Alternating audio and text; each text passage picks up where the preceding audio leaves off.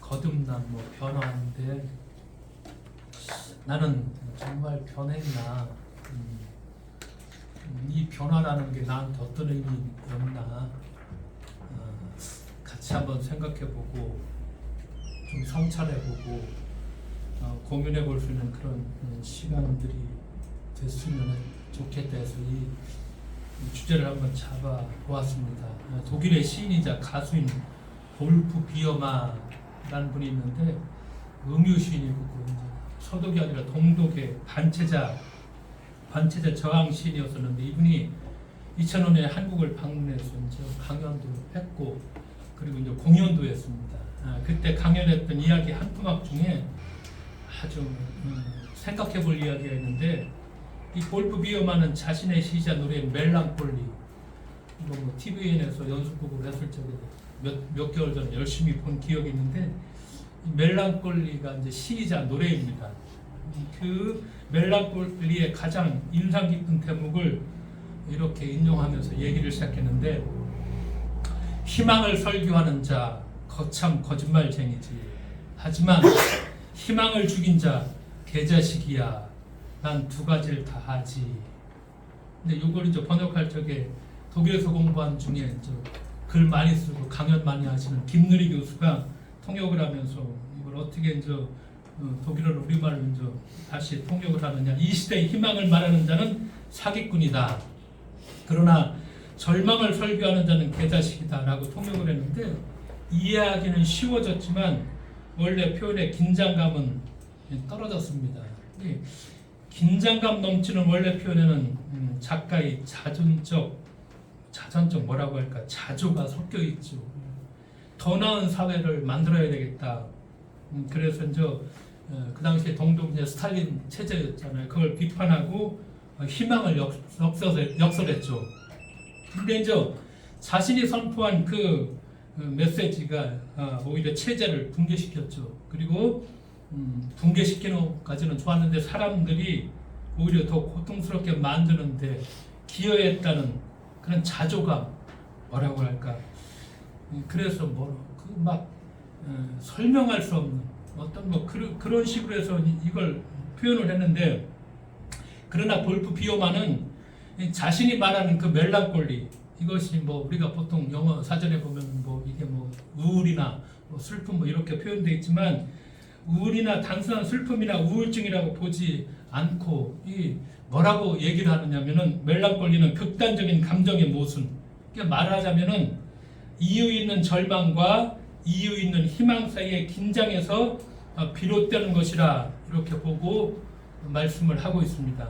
그러니까 사람은 살아가면서 양편 가운데 어느 한쪽으로 치우칠 그런 위험성을 안고 살죠. 그러니까 우리가 보통 살면서 헤어나올 수 없는 어두운 어떤 좌절의 구렁텅이에 빠지기도 하고 반대로 전혀 반대로 바보 같은 어리석은 몇 푼 안 되는 희망의 광기에 빠질 수도 있다는 것입니다.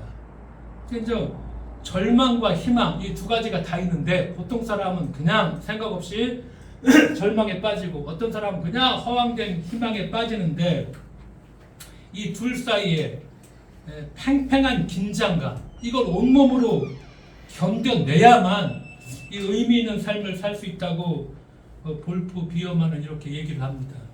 그러니까 우리가 이제 정말 기억해야 될 것이 뭐냐? 현실을 냉혹하게 인식한다는 거. 현실이 이렇구나. 냉혹한 현실을 인식하고 그렇다면 보통 사람들은 어디론가 도피하려고 하죠. 그 도피하려고 하는 건 자포자기해버리고 삶은 그래 더 이상 희망은 없어. 또 하나는 그저 무조건 어떤 허황된 희망 가짜 희망이죠. 이렇게 도피하려고 하지 않고 내가 무엇을 할 것인가 정확한 현실 냉혹하게 인식하고 내가 무엇을 할 것인가 생각하고 행해야 된다. 그래서 그 긴장감만큼 역사가 변화되고 저마다의 삶 또한 변화가 될 수 있죠. 그런데 우리가 이 현실을 냉혹하게 인식하지 못하고 그냥 어디론가 도피해 있으면은 당연히 역사는 변화되지 않고 또한 우리의 개인적인 삶도 변화가 될 수 없을 것입니다. 이렇게 역사와 사회에 대한 뭐라고 할까 변화를 한 번쯤은 먼저 얘기하고 싶었고, 그러나 조금 더 이제 우리가 좀 더 내적인 어떤 개인적인 이 변화, 이 얘기를 좀 더 해보자는 것입니다. 우리가 변화한다는 거, 이건 누군가에게 달갑지 않은 이야기죠. 왜냐하면 귀찮고 피곤한 일이죠. 변화한다는 것은. 하지만 누군가에겐 정말 절실한 것이기도 하죠. 왜? 변하지 않으면은 내가 죽는다. 그러면은 이 변하려고 어떤 변하지 않으면 내가 절망, 깜깜한 세상 이런 곳에 살 수뿐이 없으니까 내가 어떻게든 변해야 된다. 신앙을 가진 사람들이 그런 얘기를 참 많이 합니다. 수십 년 신앙생활했지만 결국 변한 것은 없다. 다 수박 겉핥기였다. 변한다는 것이 쉬운 일이 아닌데, 그러면은 가슴에 손을 얹고 한번 내가 신앙생활을 모태신앙 얘기하고 20년 30년 얘기했는데 그럼 나는 얼마나 변했는가? 이 질문을 다른 사람한테 하지 말고 자기 자신한테 하면서 냉정하게 한번 판단하면서, 내가 그렇게 교회를 오래 다녔는데 또 성경을 몇 도까지 했다고 그러는데 내가 어떤 종교적인 삶이 내 몸에 배어 있다고 하는데, 그런데 정말 나는 변화가 있나? 나는 뭘 변했나? 우리가 냉철하게 한번 생각해야 되겠죠. 변해야지 이번엔 진짜 변할 거야 얘기하지만 우리가 변하지 못할 때가 좀 많이 있고, 그러니까 이 변한다는 건 뭐냐? 우리 스스로를 실현하기 위해서 가슴속 깊은 곳에 솟아나는 어떤 갈망, 이것의 또 다른 표현일 수도 있겠죠. 그런데 우리가 변화를 생각하고 말하면서 먼저 한번 이 변화가 진짜 뭘까? 변화는 팽창이 아니라 새로운 차원으로 옮겨가는 것인데, 우리가 그렇게 많이 표현하죠. 그 사람 참 많이 변했더라. 이런 표현들 많이 쓰죠. 그리고 오랜만에 친구를 만나고 나면, 오랜만에 못 만났다고 어떤 사람을 만나니까 너 참 많이 변했다. 우리가 이것은 일상에서 자주 종종 쓰는 말입니다. 오랜만에 보니까 너 참 많이 변했다. 정말 변한 것일까요? 외적인 모습이 변했다는 표현이죠. 자세히 살펴보면은 변화가 아닌 것들이죠.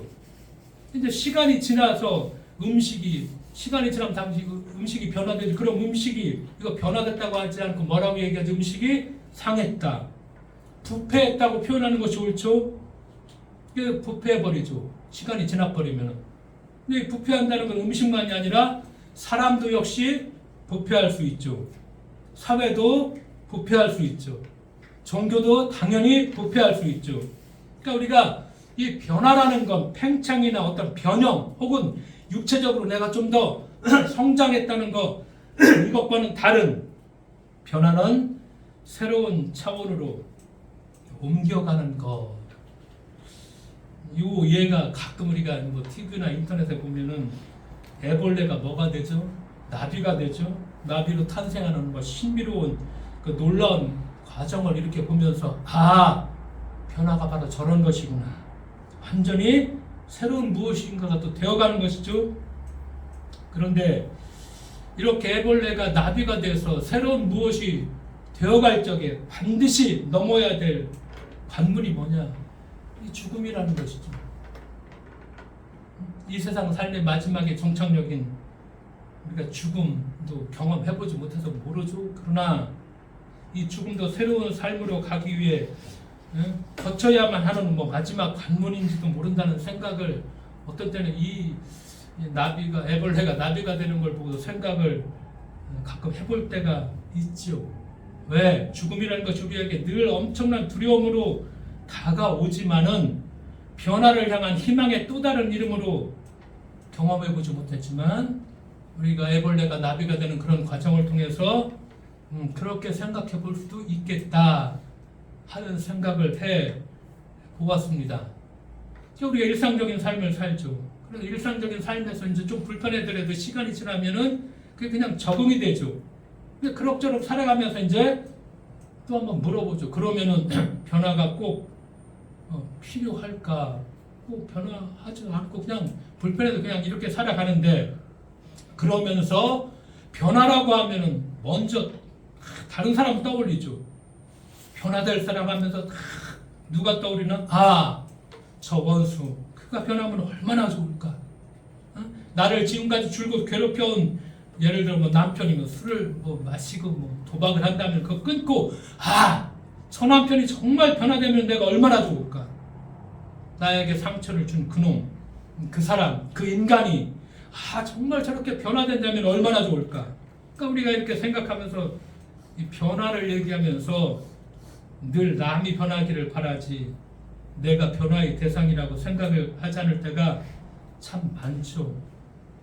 그러니까 남이 변하기만을 바라는 우리의 그 순진한 꿈은 쉽게 일어나지 않죠. 나는 손 하나 까딱하지 않고 그 사람만 변한다는 것은 정말 무척 어려운 일이고 허황된 꿈이죠. 그러니까 결국 변하지 않는 것은 우리가 냉철하게 한번 또 생각해 본다면은 우리들 자신들의 마음입니다. 아까 역사와 사회를 변화를 얘기하면서 좀 더 내적으로 우리 얘기를 한번 해보자고 했죠. 근본적인 문제가 우리 자신에게 있다는 것이죠. 우리가 일상적인 우리들의 삶을 살아가죠. 그러면서 뭐 당연히 사람과의 관계를 맺으니까 누군가에게 상처 있고 그 부정적인 감정에서 헤어나오지 못할 때가 참 많죠. 그러니까 이제 그 사람에 대한 부정적인 시선으로부터 자유롭지 못한 내 마음, 이것이 문제라고 생각하지 않고 우리는 늘 그 사람, 나한테 상처를 준 사람, 여기만 문제 삼을 때가 있죠. 아, 그래서 그놈이 좀 변화해야 된다, 그 사람이 좀 변화해야 된다, 이렇게 생각할 때가 뭐 보통 우리들의 삶이기도 하죠. 그런데 우리는 가끔 뭐 그런 얘기 많이 듣죠. 내가 변하면 세상이 달라진다. 무슨 내가 변하면 세상이 달라진다. 또 옛날에 어르신들이 야, 모든 것은 모양에 달려있어? 마음먹기에 달려있어. 참 자주 쓰는 말이죠. 마음먹기에 달려있다. 자주 쓰는 말이고 익숙한 말인데도 우리 마음은 쉽게 변하지 않죠. 마음먹기가 왜 그렇게 힘이 드는지 이 마음이 잘 안 먹어지잖아요. 야, 어머니 아버지가 어른들이 이 마음먹기에 달려있다 그렇게 많이 얘기를 하고 들어왔지만 우리 마음이 변하지 않죠. 그리고 마음먹기 너무 힘들죠. 우리가 그 마음 못 먹죠. 그러니까 우리가 이제 여기에서 정말 변해야 하나, 지금 이대로 살면 그냥 되지 뭐, 이대로 살다 죽지 뭐, 이렇게 얘기할 때도 많이 있지만 우리가 변하지 않고 지금 이대로 죽는다면 내 마음 이렇게 좁고 정말 옹졸한데 내가 누군가를 받아들이지 못하고 있는데, 그러니까 수만 가지 부정적인 생각과 감정들, 기억들 속에서 내가 헤어나오지 못하고 막 헤매고 있는데 이대로 죽는다면 뭐 그것이 뭐 가서 천국일까? 그렇겠죠. 이거 좀 해결하고 가야 되겠죠. 먼저 우리가 삶을 살아가면서 정말 변화하기 위해서 가장 먼저 해야 될 것, 이게 무엇일까? 변화하고자 하는 내적인 갈망, 이걸 발견하는 것이다. 발견이라고 했죠. 왜냐하면 모든 사람 안에 그런 갈망이 자리 잡고 있다는 것이죠. 그러니까 지금보다 나은 삶을 살고 싶은, 지금의 삶과는 다른 차원의 그런 삶을 향한 어떤 그런 내적인 갈망이 우리 깊은데 다 있다는 것이, 그걸 발견한다는 것이죠. 우리가 우리 자신을 들여다봅니다. 그러면서 우리는 질문해보죠. 내가 행복한 삶을 살고 있나? 평범한 질문이지만 내 자신이 정말 자랑스러운가? 내 인생이라는 것이 지금 후회 없이 살아왔고 지금도 그렇게 살고 있는가? 혹은 이제 우리가 조금 더 남 때문에 우리가 그렇게 살지는 않나? 아, 자식 때문에 내가 살았어. 우리 부모들이 늘 그렇게 고백하기를 나는 내 인생이 없었어. 자식 때문에 사는 거야.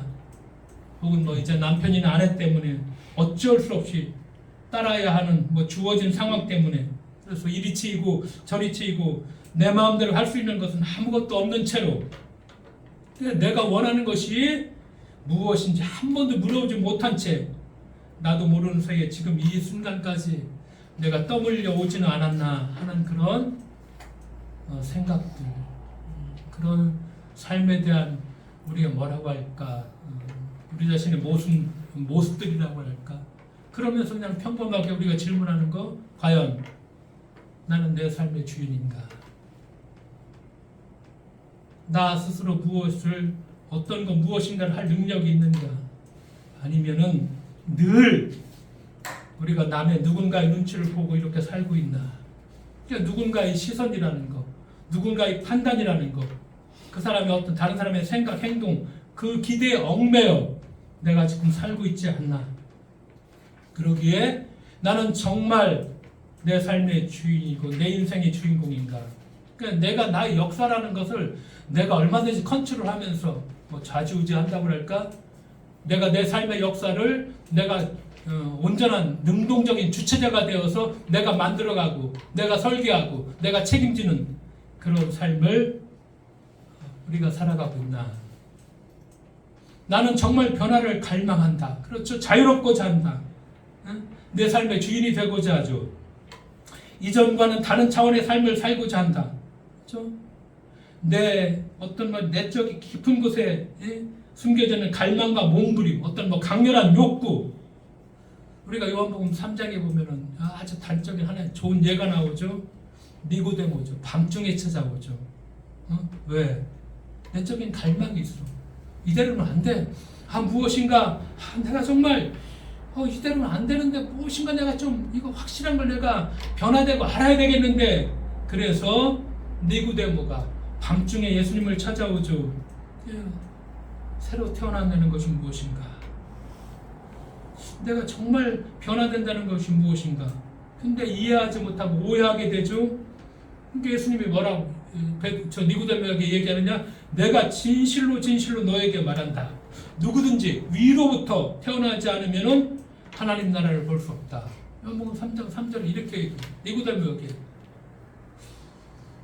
진실로 너에게 말하는데 위로부터 태어나지 않으면 하나님 나라를 볼 수 없다. 내가 정말 변화되고 싶어서 이렇게 찾아가는데, 변화된 삶을 살고 싶은데 예수님이 이렇게 대답을 하시죠. 그럼 이 말씀에 나는 어떻게 대답할까? 그냥 우리 대신 최고 많이 배웠다는, 그 당시 최고의 의원이었죠.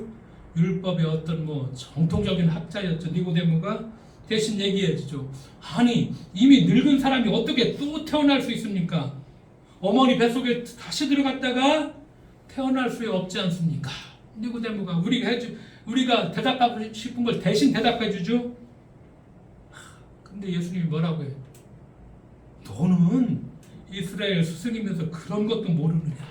우리 대신 니고데모가 혼나죠. 예수님한테. 그걸 왜 모르느냐? 너가 정말 그렇게 이스라엘 스승이 우리가 가르친다고 하는데 왜 그걸 모르느냐? 니고데모가 잘 이해가 못되니 어떻게 우리에게 그런 일이 어떻게 이루어질 수 있습니까? 이렇게 다시 묻죠.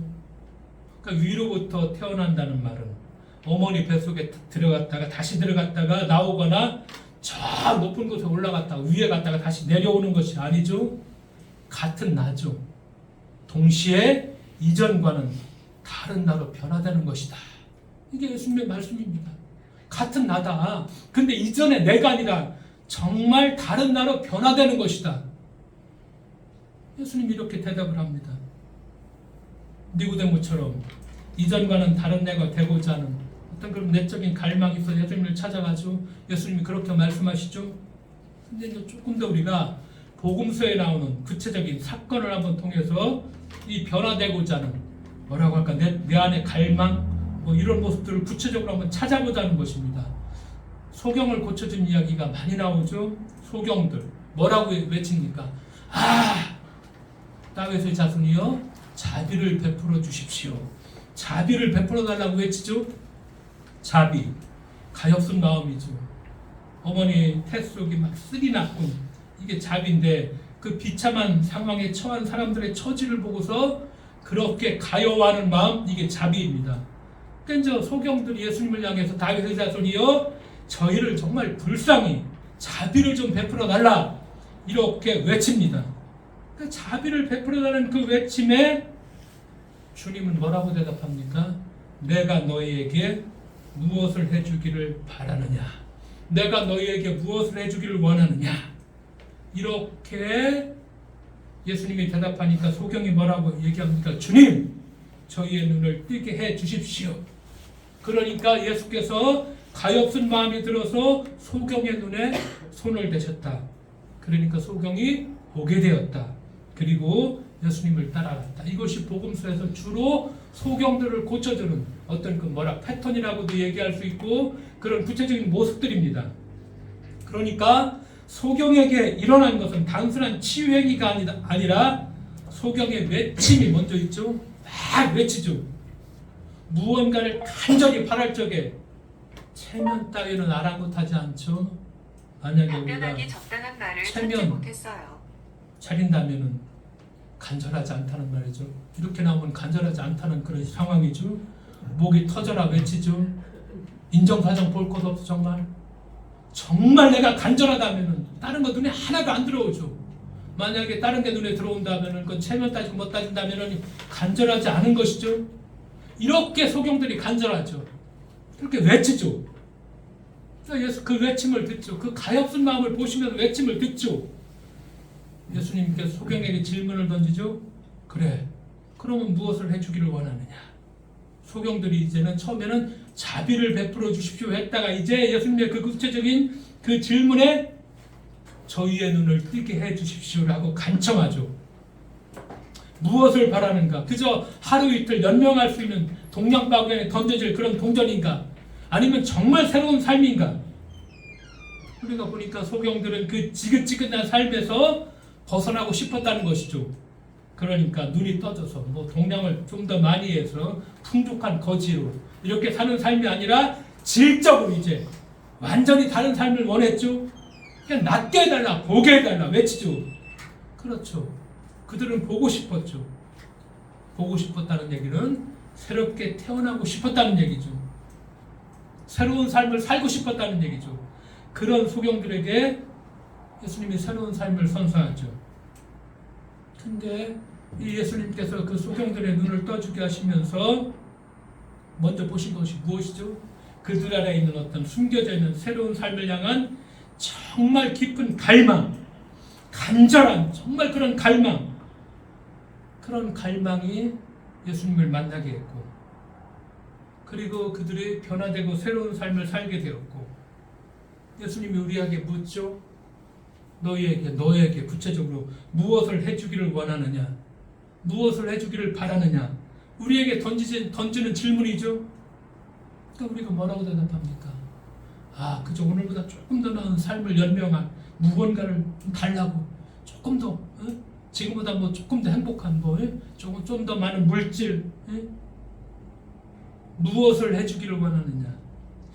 온갖 종류의 어떤 지긋지긋한 속박에서 벗어나 진정 내가 자유로운 삶을 살고 싶다. 소경들이 대답한 것은 이것이죠. 그럼 우리는 뭐라고 대답할 것인가? 정말 내가 너에게 무엇을 해주기를 원하니 이렇게 물을 적에 나는 그 대답에 뭐라고 답변할 것인가? 그러면서 여기서 우리가 잊지 말고 기억해야 될 것이 있죠. 예수님께서 소경의 처지를 보셨죠. 우리의 처지를 보고 뭘 봅니까? 가엾은 마음, 자비의 마음을 예수님이 품으시죠. 우리의 처지가 어떨까요? 소경들의 처지 어떻습니까? 얼마나 강렬합니까? 내가 이제 다른 삶을 살고 싶어요 외치는 그 강렬한 열망, 욕망, 그 강렬한 갈망, 이것이 주님께서 보시죠. 그 처지를 보시고 그렇구나, 저런 열망이 있구나, 저런 갈망이 저렇게 있구나. 그 처지를 보니까 가엾어. 그렇죠? 가엾음. 그러면 주님께서 우리를 볼 적에 그런 가여운 마음을 내가 품고 있는가, 내가 정말 그런 마음이 이걸 본다는 것입니다. 이런 마음을 우리가 있는가? 변화도 되고 안 변화도 되지 좀 불편하지 이게 정말 나에게 있는가? 정말 내가 온갖 속박에서 벗어나고자 하는 어떤 열망, 몸부림, 이 몸부림으로 쫙 기쁜 것에 딱 이에 있어서 그 가엾은 마음, 그걸 주님께서 보신다는 것이죠. 내 안에 울려 퍼지는 그 울부짖음과 외침, 이걸 내가 들을 수 있나? 그렇죠. 이 외침을 내가 들을 적에 주님은 이 우리의 마음을, 이 마음을 어떻게 좀 가엾은 마음, 이 마음이 들죠. 그리고 우리의 아픈 곳에 손을 대시고 위로와 사랑을 건네죠. 소경이 아픈 눈에 주님께서 손을 대시죠. 가엾은 마음을 가서 소경이 드디어 보게 되죠. 그러면서 말씀하죠. 주님은 아픔과 상처보다 우리가 더 소중하다고 말씀하시죠. 그리고 우리를 올가매고 있는 모든 것에서 정말 자유로워지라고 말씀하시죠. 그렇기 때문에 나는 내면에 깊은 곳에 갈망을 보고 있는가? 그리고 그 갈망이 이루어지기를 정말 간절히 이 소경처럼 내가 고백하고 있는가? 그리고 우리가 받아들여야 되죠. 나는 하나님의 사랑받는 그런 자녀라는 사실이죠. 세상에 그 누구도 침범할 수 없는 고귀한 인격과 품위를 부여받은 소중한 자신, 이걸 내가 받아들여야 되죠. 그렇기 때문에 우리가 이 변화를 얘기하면서 우리들의 신앙의 핵심 중에 하나가 변화인데, 그러면은 나는 정말 변화하고 있는가? 그러면서 내 내적 깊은 곳에서 이런 정말 소경처럼 눈이 떠져서 새로운 삶을 살고 싶다고 그렇게 외쳤던 것처럼 정말 그런 갈망, 그래서 예수께서 내가 너한테 무엇 해주기를 원하느냐? 우리는 습관이 되어 있습니다. 우리의 신앙은 전혀 성장하지 못하고 있습니다. 왜냐? 그냥 습관이야. 그리고 성찰하지 않죠. 내 안에 어떤 갈망이 있는지도 제대로 보지 못하고, 그리고 조금만 시간이 되면 좀 편안해지고, 그리고 너무나 쉽게 은혜 받았다는 말을 그렇게 많이 하지만 변한 건 하나도 없이 오늘 우리는 그렇게 살아가고 있고, 그러면서 또 하나 우리 자신에게 물어야 될 문제가 그것입니다. 우리가 새로운 삶을 살기를 원하죠. 부활을 향해서 우리가 나아간다고 하죠. 그러면은 부활을 향해 가려면 반드시 거쳐야 될 것이 아까 처음에 얘기했지만 이 죽음이죠. 그러면 죽음을 좀 더 우리 삶에서 얘기한다면은 자기 포기입니다. 이전에 나에 대한 죽음이 있어야지. 그렇죠? 그러니까 하나님이 아닌 다른 것으로 내 자신을 채우려는 그런 탐욕에 대한 그런 죽음. 근데 우리가 이 강을 못 건너요. 이 강을 안 건너지. 이거 건너면은 그 다음에 삶이 우리가 어떻게 될지 모르니까, 불안하니까 이거 건널 수가 없어요. 그러니까 신앙은 변화되지 않죠. 그냥 종교적인 삶을 우리가 살아가는 겁니다. 이 강을 건너가야 되는데 이 강을 못 건너, 불안해서. 자기를 포기하는 것에서 새로운 삶이 시작되죠. 이건 성경의 일관된 메시지입니다. 질적으로 완전히 새로운 나가 형성되죠. 이전과는 다른, 뭐라고 할까, 좀 다른 삶을 얘기하죠. 성경, 우리는 수없이 읽죠. 성경이 어떤 이야기입니까? 성경은 새로운 삶을 시작하는 사람들의 이야기입니다. 이 사람들의 이야기잖아요. 그래서 이 사람들이 보면 많은 성경의 인물들이 나오잖아요. 결국 어떻게 돼? 과거의 자신이 이제 죽어야 돼. 그리고 새롭게 태어난 사람들, 이 사람들의 역사를 성경은 기록하고 있잖아요. 그리고 우리도 그런 삶을 살라고 우리에게 메시지를 주죠. 우리는 너무나 쉬운 말씀으로 오늘 고린도서 5장 17절, 누구든지 그리스도 안에 있으면 새로운 피조물이다. 이전 것은 지나갔으니 새 것이 되었도다. 이 말씀이 무슨 뜻일까요? 우리가 그리스도 안에 있으면 새로운 존재, 새로운 사람이야. 근데 그냥 새로운 사람? 자기 포기하지 않으면 새로운 사람이 아니라는 거예요. 이거 그냥 맨날 써놔서 뭐 성경 문구가 있지만 내가 나를 포기하지 않는 한 내가 새로운 사람이 될 수 없다는 거예요. 이거. 이 강을 건너가야 돼요. 그래야지 우리가 신앙의 삶이 진짜 이렇구나. 그리스도를 믿으니까 이런 내적인 기쁨이 있구나. 그래서 평안을 내가 유지할 수 있구나. 저렇게 힘든데 어떻게 저렇게 평안의 힘이 나오지? 저 죽음의 한가운데 속에서 이렇게 자기를 포기하고 왔던 사람들 보면은 정말 죽어가는데도 그렇게 평안하다는 걸 고백을 해요.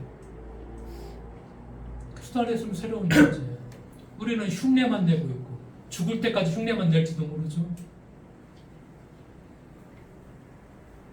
저도 마찬가지고 나한테 묻는 질문이고, 죽음과 부활은 우리의 매일의 삶에서 겪는 과정이죠. 그래서 내가 포기할 적에 부활이 있지, 내가 포기할 적에 그걸 내가 경험할 적에 새 삶이 나에게 주어지죠.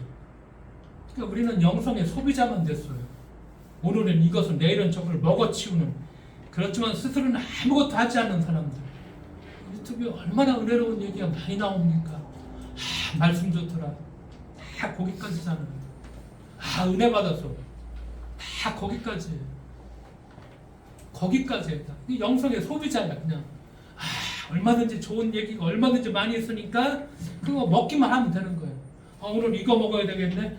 이분 이렇게 말씀하시네. 저분 또 저렇게 말씀하시네.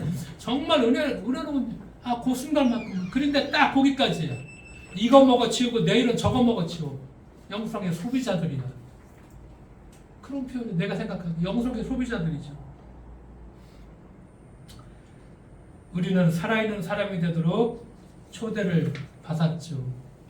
하나님께 중요한 것은 내 지식, 내 재산이 아니라 바로 살아있는 나 자신이죠. 그래서 하나님 앞에 온전히 설 수 있는 한 인격, 우리는 걸 코람데오, 라틴어 이렇게 많이 표현하죠. 혹은 하나님 앞에 현존이라고 얘기하죠. 내가 하나님 앞에 살아있는 한 인격자로서 서 있다는 것입니다. 코람데오죠. 하나님 앞에 우리말로 하면 현존이죠. 그래서 우리가 고백하는 건 정말 하나님과 마음이 오가는 대화를 나눌 수 있는 사람.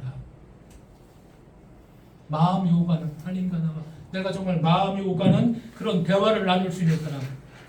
그리고 스스로 자신의 삶을 마주할 수 있는 사람. 어린애요, 다 아직도. 저를 비롯해서 우리가 다 자신의 삶을 마주하지 못하고, 스스로 우리가 자신의 삶을 마주할 수 있으면, 그리고 그 어느 누구의 말에도 흔들리지 않고 자신의 길을 걸어갈 수 있는 소신 있는 사람. 근데 이것은 설명이 조금 더 필요하죠. 하지만 결코 남을 배제하거나 남을 내 밑에 두지 않는 사람, 오히려 남을 존경하며 소중하게 대하는 사람. 그러면서도 흔들리지 않고 자신의 길을 뚜벅뚜벅 걸어갈 수 있다는 것. 하나님은 우리가 그렇게 진정으로 사랑할 줄 아는 정말 자유로운 사람이 되기를 바라고 있고, 우리는 우리 자신에게 우리가 그런 사람입니까? 묻고 하나님의 현존 앞에서 내가 대답할 수 있는 그런 우리 모두가 되어야만 하겠습니다. 기도하겠습니다.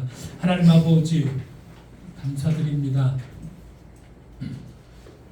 세상의 삶이 복잡하고 힘들고 어렵고 힘이 있는 어떤 강자들의 그 막강한 힘들 속에서 연약한 사람들이 살아가기가 쉽지 않고 미약하지만, 그러나 우리가 주 앞에서 조금 더 나아가서 우리 자신을 기꺼이 어떤 때 포기하며, 그래서 우리는 그리스도 안에 새로운 피조물이다. 절망과 희망의 극단적인 상황 속에서 우리가 언제나 긴장감을 유지하며 내가 소신 있게 행동을 해서 역사를 바꿔가고 우리 자신의 삶도 변화되어 가면서 하나님 앞에서 우리가 서 있다는 것 잊지 않고 인식하며 오늘을 살아가는 우리가 진정 자유로운 사람으로서 오늘을 평화를 누리며 살아갈 수 있도록 주께서 은총을 더하여 주실 것을 믿으며 예수님의 이름으로 기도드리옵나이다. 아멘.